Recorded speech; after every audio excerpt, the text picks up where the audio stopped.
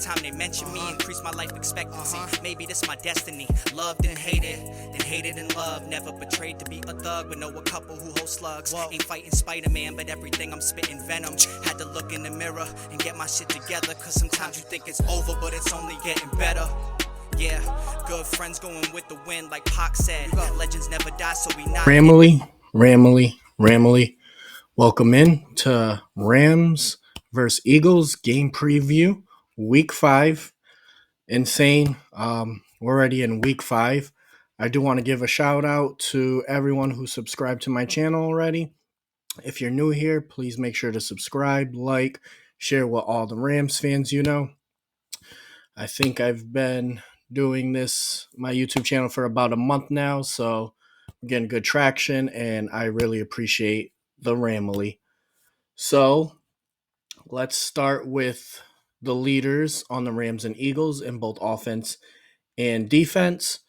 On offense, our leading passer is Matthew Stafford with 1,229 passing yards, 3 touchdowns, and a QBR of 61.5. He is second in the league in passing yards. Our rushing leader is Kyren Williams, at 245 rushing yards on 64 carries with 5 touchdowns, 6 total touchdowns, 5 rushing. Puka Nacua, second in the NFL here in yards at 501 receiving yards, number 1 in receptions at 39, and he does have 1 receiving touchdown, which was the game winner last week against the Indianapolis Colts. Our leading tackler this year is Ernest Jones. He has 38 tackles to go along with 1 sack. Sack leader, of course, the GOAT, Aaron Donald, 2.5 sacks, 16 tackles. And interceptions, Ahkello Witherspoon with 1 interception, 2 pass deflections, 5 tackles. The man's been balling. Pretty much has turned into our number 1 cornerback.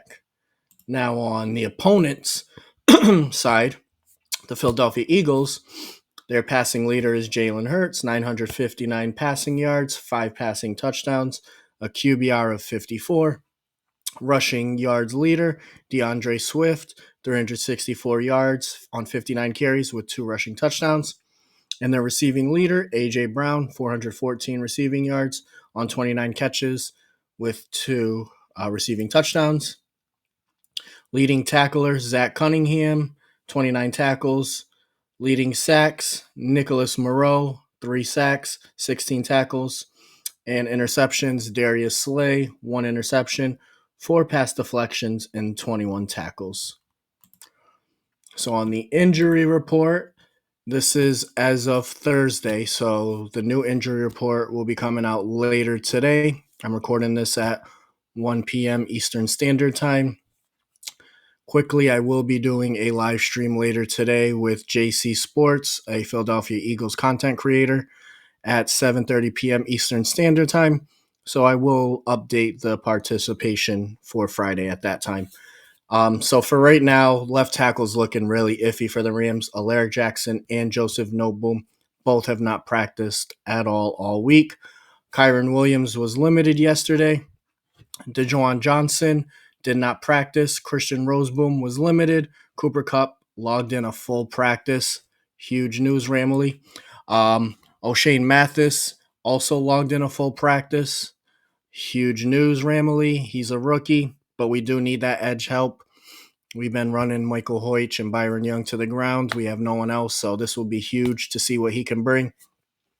Ben Skoranek got a full practice in, and Matthew Stafford for the second day this week logged in a full practice, so he will be playing as we all expected, as he mentioned that after the game he would not miss. Matthew Stafford's a dog. On Philadelphia's side, Fletcher Cox did not practice. Cam Gurgens did not practice. Marlon Tulutu, sorry if I'm saying his name wrong, did not practice. And then limited, they had Sidney Brown, Bertain Covey, Justin Evans, and Quez Watkins. Quez Watkins actually logged in a full practice. So it looks like both teams will have their dogs. Fletcher Cox, I'm sure, is going to play. Big concern from that injury report, Alaric Jackson, Joseph Noteboom. Both of our left tackles, Joseph Nopum's been right guard. We really will need one of these two guys to be there. We seen what happened when Alaric Jackson went out. Zach Thomas came in and played horrible. We really don't have the depth at left tackle that would really be needed versus a front four like the Eagles present. So it's going to be Thomas or McClendon at left tackle if both guys can't go. I'm really hoping the practice report later today fills us in on some good news because we will need all of our dogs here in this big time game. And this game features last year's NFC champion and the year prior's NFC champion who won a Super Bowl, our Los Angeles Rams. So some things I'm looking at when dissecting this game versus the Philadelphia Eagles is how can our pass offense dominate this Philadelphia Eagles pass defense, because we are number 2 right now in passing offense. They're a bottom team when it comes to receiving touchdowns. They've allowed 9 already from both wide receivers and tight ends. They're also, I think, number 5 or 6 in passing yards allowed. So Philadelphia Eagles have been getting beat through the air. The Rams are getting Cooper Kupp back. We already have Puka Nacua. Tutu Atwell's been doing very good. So it seems like a big part of the game plan will be to just throw. I can see 50 pass attempts from Matthew Stafford in this game, and Tyler Higbee is going to be a vital part. The Eagles really don't have great pass coverage tight ends, linebackers. They have a whole new group of linebackers who one of their linebackers does have their most sacks with 3. So I do know they will bring a lot of blitzes. So Higbee's really got to own that middle. A lot of the concentration will be on Cooper Kupp, Puka Nacua. Tutu Atwell could definitely get a nice burner going down the middle, deep. A bomb from Stafford. FYI, I am starting Tutu Atwell in DFS this week. Anyway, so Higbee's last game in 2020 versus the Eagles, he had 5 catches, 50 yards, and 3 touchdowns. So he could have a big game this week and really blow up for us. This game has an over and under, I believe, of 50.5. And the spread is 4.5. Yeah, so we have a 4.5 minus 4.5 for the Eagles. So the Rams are 4.5 point underdogs at home. I'm sure there's going to be a lot of Eagles fans at this game. Should be a high scoring game. So like I said, we have to take advantage of their pass defense. They're actually one of the better teams against the run, allowing less than 3 yards per carry on the ground. They have a big front 4 who they rotate a lot of guys in and out. The big stud for them this season has been their rookie Jalen Carter, who they drafted, top 10 pick, who was actually supposed to be the number 1 pick and then had some issues at the combine with endurance and not really playing that good there, but obviously the kid's been balling. So our offensive line is going to have to hold up. It will be hard for Kyron Williams to run. I think we can utilize him tosses. I don't think running up the A-B gap is going to really work here. So the passing offense and Matthew Stafford's really going to have to bring it. He does have Cooper Kupp hopefully back. He's been practicing. Sean McVay already said he's not going to rush him back, but it's looking good right now that Cooper Kupp will play in some capacity. So Stafford gets his red zone target, which he needs because he only has 3 passing touchdowns this year. He needs that He needs that Kupp, man. Kupp is who can really kill a defense. And the way Puka's been playing, them two together is going to be just amazing to watch. Now on defense, we have to watch their running offense. DeAndre Swift has been playing very, very good. Last week he didn't have 100 yards, but the other 2 previous games he did. He's been running very well, getting 5+ yards, running behind this top 3 offensive line. It makes it a lot easier.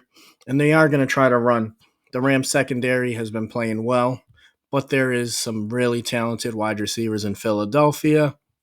Some people say that this is the best wide receiver duo in A.J. Brown and Devontae Smith. Dallas Goedert has really played bad this year.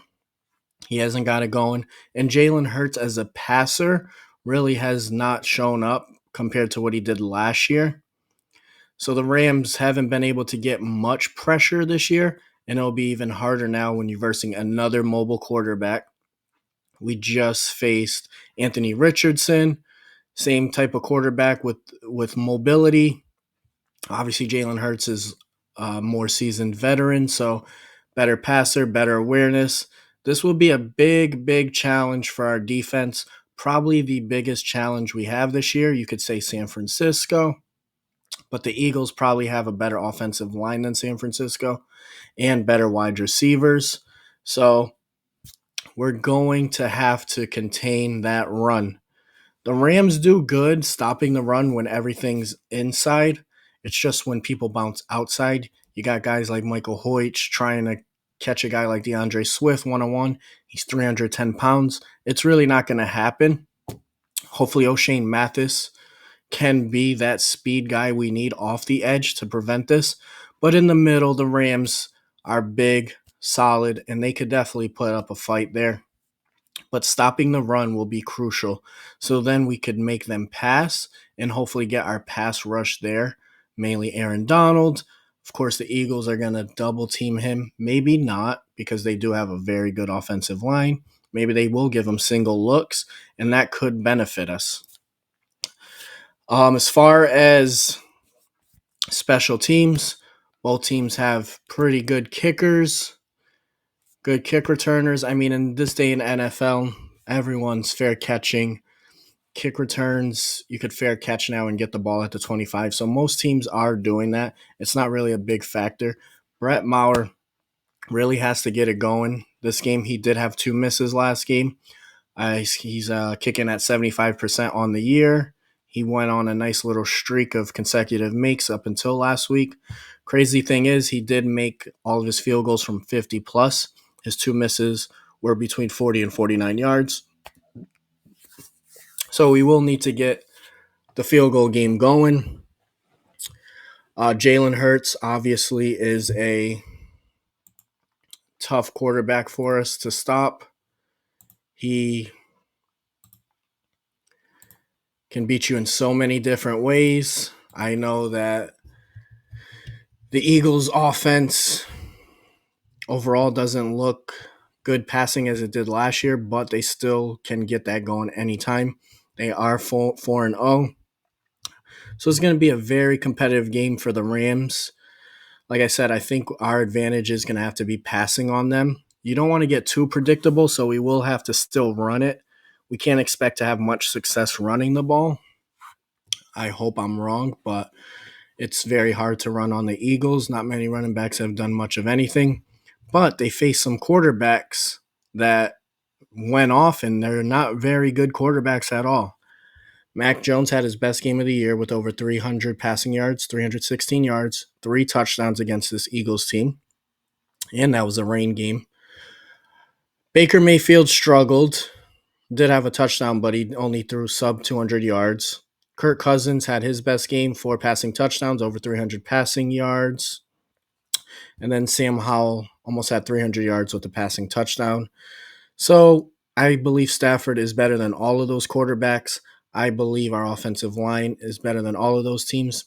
Tampa Bay's offensive line has been pretty good, but this Rams offensive line, when healthy, is a top 10 unit. And our wide receiver core is better than all of those teams with Cooper Kupp back. It's going to be a fun game. The game is in SoFi, so hopefully a lot of Rams fans will be there showing out.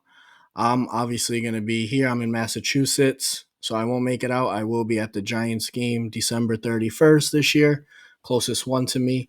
Having a kid on the way, having a newborn that's turning 1 this weekend, it's just hard for me to head out to SoFi this year, but I do plan to go next year. Rams prediction here. I have the Rams winning 28-27 on 3 passing touchdowns from Matthew Stafford and a rushing touchdown from Kyron Williams, probably within the 2-yard line. I have the Eagles having 3 touchdowns with 2 field goals. And it's going to be a good game, high scoring. Obviously, I'm taking the over on the over-under. 2 top 10 offenses going head-to-head in a dome. It's going to be beautiful. Ramley, also wanted to say I've been live streaming every game. This week, unfortunately, I can't. Busy with the baby shower, so I'll be watching the game, but I will not be able to live stream, unfortunately. But after this week, be good to go. Anyways, make sure to like, subscribe. Your boy Ramsaholic. Take care of yourself. Take care of your loved ones. And I'm out.